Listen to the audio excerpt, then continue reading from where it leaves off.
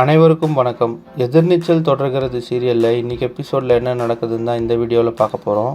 தர்ஷன் பார்கவி கல்யாணம் நடக்கும்போது ஜனனி அந்த வீட்டில் இருக்கக்கூடாதுன்னு பிளான் பண்ணி கதிரும் ஞானமும் போய் ஈஸ்வரி கிட்ட பேசுகிறாங்க. அப்போ ஞானம் சொல்கிறாரு, ஜனனி ரொம்ப நாளாகவே சரியில்லை, ஏதோ புத்தி சரியில்லாத மாதிரி நடந்துக்கிறாங்க அப்படின்னு சொல்கிறாரு.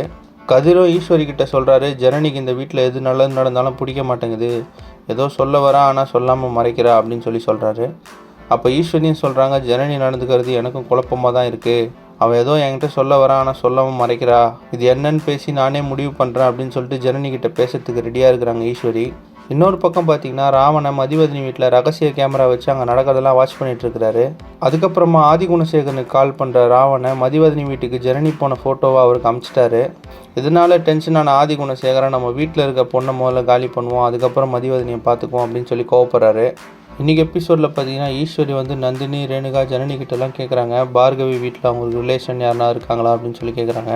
அப்போ நந்தினி பேசிகிட்டே இருக்கும்போது அப்பா ஒருத்தர் இருந்தார், ஆனால் அவர் ரீசெண்டாக தான் இறந்துட்டார் அப்படின்னு சொல்கிறாங்க. அவர் அடித்தே கொண்டுட்டாங்க அப்படின்னு சொல்கிறாங்க. இதனால் ஒன்றுமே புரியாமல் ஈஸ்வரி முழிக்கிறாங்க. அதுக்கப்புறமா ஜனனி ஏதோ சொல்லி சமாளிச்சிட்டாங்க. ஈஸ்வரியை ஆதிகுணசேகரன் அடித்த வீடியோவை தேடிட்டு இருக்க ஜனனிக்கு அந்த வீடியோ எப்போ கிடைக்க போகுது, இல்லை அதுக்கு முன்னாடியே ஆதிகுணசேகரனை தூண்டி விட்டு ராவணன் வேறு ஏதாவது செய்ய பார்ப்பாரா அப்படின்றத அடுத்தடுத்த எபிசோடில் பார்த்து தெரிஞ்சுக்கலாம். இந்த மாதிரி எதிர்நீச்சல் தொடர்கிறது சீரியல் அப்டேட்ஸ்க்கு நம்ம சேனலை சப்ஸ்கிரைப் பண்ணுங்கள், ஃப்ரெண்ட்ஸ் அண்ட் ஃபேமிலிக்கு ஷேர் பண்ணுங்கள். நன்றி.